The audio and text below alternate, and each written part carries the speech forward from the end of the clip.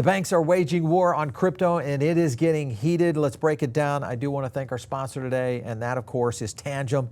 This is a place where you guys can get into self-custody. There is something very unique about Tangem, and that is you can deploy yields. That's right. Yield mode works with your self-custody device, plugs right into Aave, and you guys get yields on your stablecoins. And we're going to be talking about that a lot today. This is super easy to set up. And it is by far one of the best apps out there that works with a device to ensure the best security for self-custody. So check it out. Use the link down below. It gives you more of a discount. You guys can get going. And of course, they've got a little bit of a bonus that stacks on top of that. So use that as well to get started. Let's go into it today. I put a tweet out here simply stating this: Wall Street is losing its cool. The mask slipped at Davos, and mainly what happened here was JPMorgan and Coinbase got into a little bit of a Mexican standoff, and here was Jamie Dimon coming in, literally pointing in Brian Armstrong's face that he is full of shit, right in front of Tony Blair, who is the prime minister. This is the kind of stuff that's happening. So why would Dimon even stoop to that level? Further into my tweet right here, I just kind of broke down the reasons they're scared, but the big deal is that right there. That's the Wall Street Journal, guys. Guess who the poster child is? It's the crypto CEO who has become enemy number one to Wall Street, and I would agree. I think Wall Street is looking at this in a very different way. The lobby groups are out in force. Cody Carbone kind of breaks it down here. We're going to get a deal done this month. A huge thank you to Patrick Witt. We know who Patrick is. He is kind of the soldier of David Sachs to go out and get these deals done. Basically a negotiation tool between the banks and crypto. I don't think this is going to fall in the right spot. So here's a tweet from Paul Grewal. He kind of breaks it down, and this was in reference to the White House crypto and bank meeting. And his point that he's getting into is that you can tell they're not ready to negotiate when they send people that can't negotiate with no authority. That's the problem that we're dealing with right now. So this is further verification that these guys are coming for skin. Here's the ABA, that's the American Bankers Association, putting out a press statement right here that said, hey, the meeting's going great, guys. We've got it all going on. And then they go out and put a line list of FUD out there on stablecoins, why you should not be using stablecoins, why it's going to just kill our bank system, the warning bells. Listen to these, allowing stablecoin risks. The new research examines impact, protect vital role. All of these were headlines in a lot of this news that was going out there, was just creating FUD. Here was Eleanor Tarrant coming in. She says, today's White House meeting reminds me of the meme that communism is two wolves and a sheep meeting to discuss what's for dinner. And I would agree, because there was no retail representation in the room. And that is the problem right now that I think President Trump is facing. I want to go to a clip real quick. This clip will go into what Paul Grewal and Fox talked about of how the banks are colluding to go against the crypto industry. Take a look. Now, your CEO, Brian Armstrong, was with me recently, and he was not happy. Well, what do you want to say to the critics who say, look, the crypto companies want it both ways? You want to be able to pay rewards and get a flight to capital into the crypto platforms, but you're not going to face the same regulations that the banks face. In other words, are you going to have deposit insurance? Well, it's a very strange argument to make that somehow the crypto industry is seeking to avoid regulation and oversight when it's pushing for this legislation to be passed, and it's the bank lobbyists that seem to be digging in.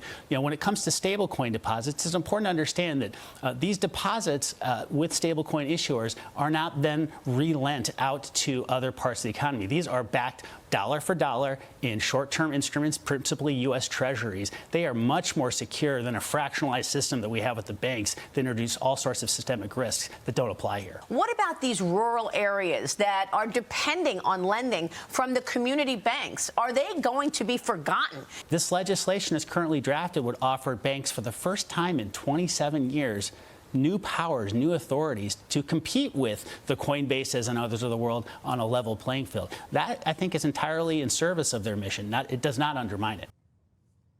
Listen, Paul said something there. He's been on our show a couple of times. He said something there that I think you should really pay attention to, and that was these community banks, because this is one of the talking points that big banks are putting out there, the ABA, around that this is going to affect community banks. In reality, I think where this is going to go, it's going to give the community banks the ability to compete with the big banks on a level playing field. This is going to open small banks up to this industry and give them the ability to move and innovate maybe faster than big banks will do. Now, this wasn't the end of it, because there's an actual stablecoin ad, anti-stablecoin ad, that they're doing now. Take a look at this one. So I'm talking about community banks, smaller banks. I believe that this is actually a red herring. Really? According to the Treasury Department, stablecoins could drain $6 trillion from the banking system, putting community banks out of business, hurting small businesses and farmers. Don't blink, or you'll miss big crypto trying to crush Main Street. Close the stablecoin loophole. So let's go into the ad itself. Here was the six-figure stablecoin ad that they put together, which I don't understand how that even came together, but it did. If you look at this, which is the Consumer Action for a Strong Economy, this is another NGO that's out there pushing this FUD. Then you go further into who they are, and you can kind of see some of the leaders. Here's the Chairman and General Counsel, which is Gerard Daniel Simeka. This I want you to remember. All right, and here this guy is over, because they've been out there trying to, I think, put more FUD out there. So what they're doing is they're dropping into other crypto shows. Here's Tony Edwards talking about this from Thinking Crypto. There he is. There's the guy. That's him right there. Look at this guy. This is one of the guys that is starting to spread a lot of this FUD. Further into this, I want to go, and this, of course, is Yahoo. This guy's got access to Yahoo. The Senate clarity needs to stop crypto from destroying our banking system.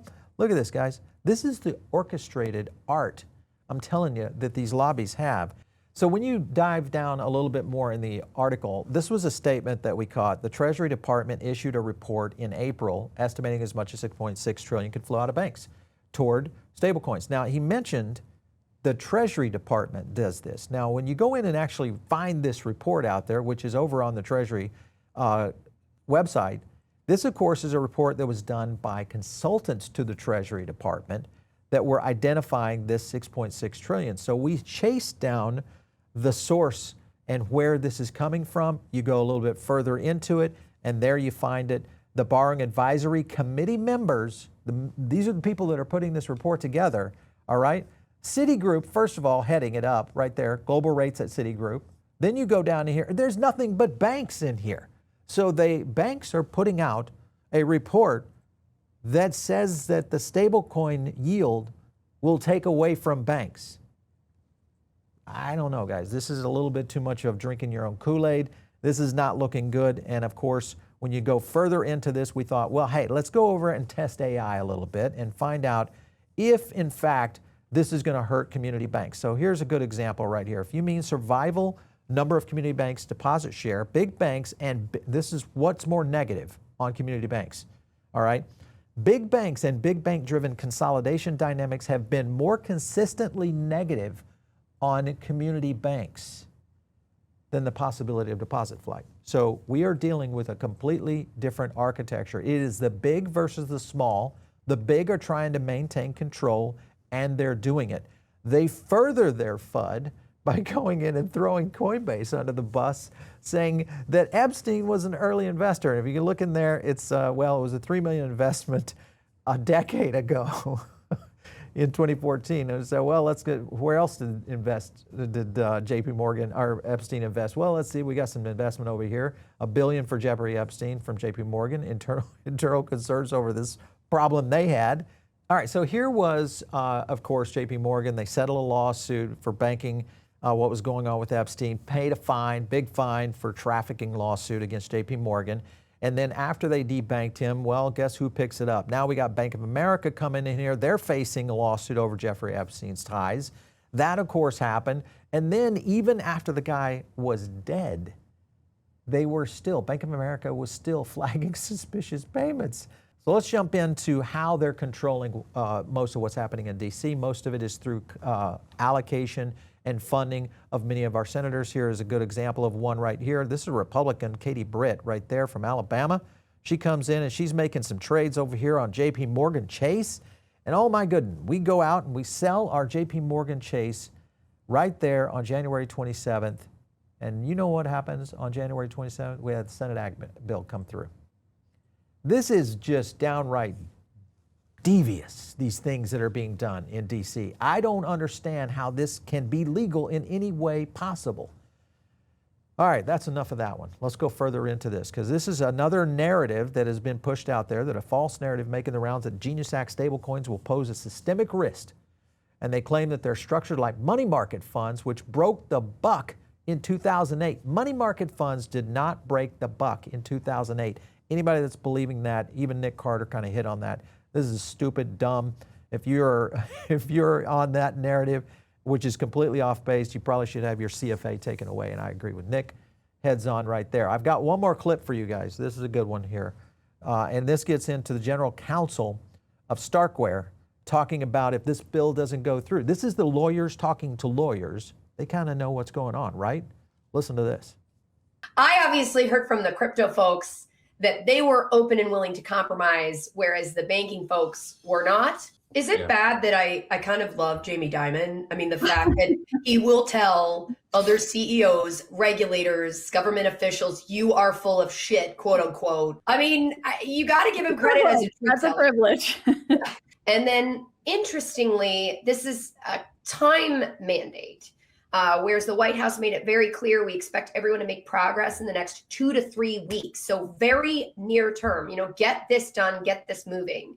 And that really aligns with everything I've heard, where this needs to start moving by the end of February, or we're going to see it, basically dead in the water, which would be very bearish for crypto in the long term, in my opinion.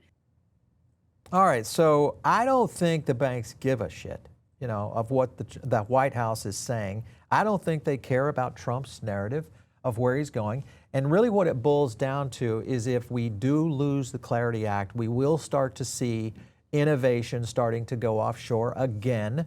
This will completely wreck Scott Bessent's plan to get USDC and other stable coins to support the narrative, because there will no longer really be any structure of investment coming in from structured capital that all plays into this. But what will happen is we'll start to see a flight of capital starting to move into places like Aave. Aave, of course, is one of the DeFi wonders that are going to start to change this. That's up to 9%. When this thing launches, when this app launches, it could be one of the biggest app launches, I think, in the industry.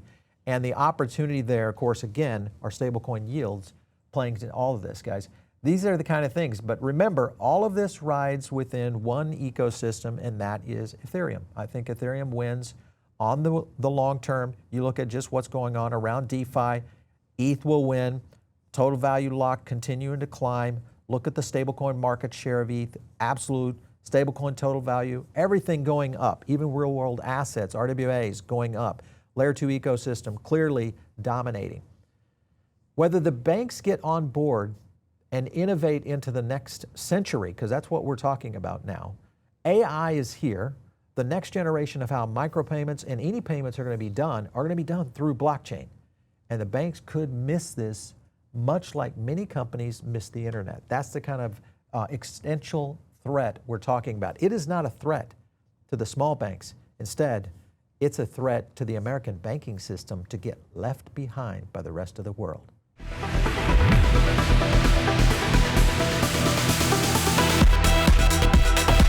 If you like this video, hit like and subscribe, drop a comment down below, and also join our free private member group. The link is in the description.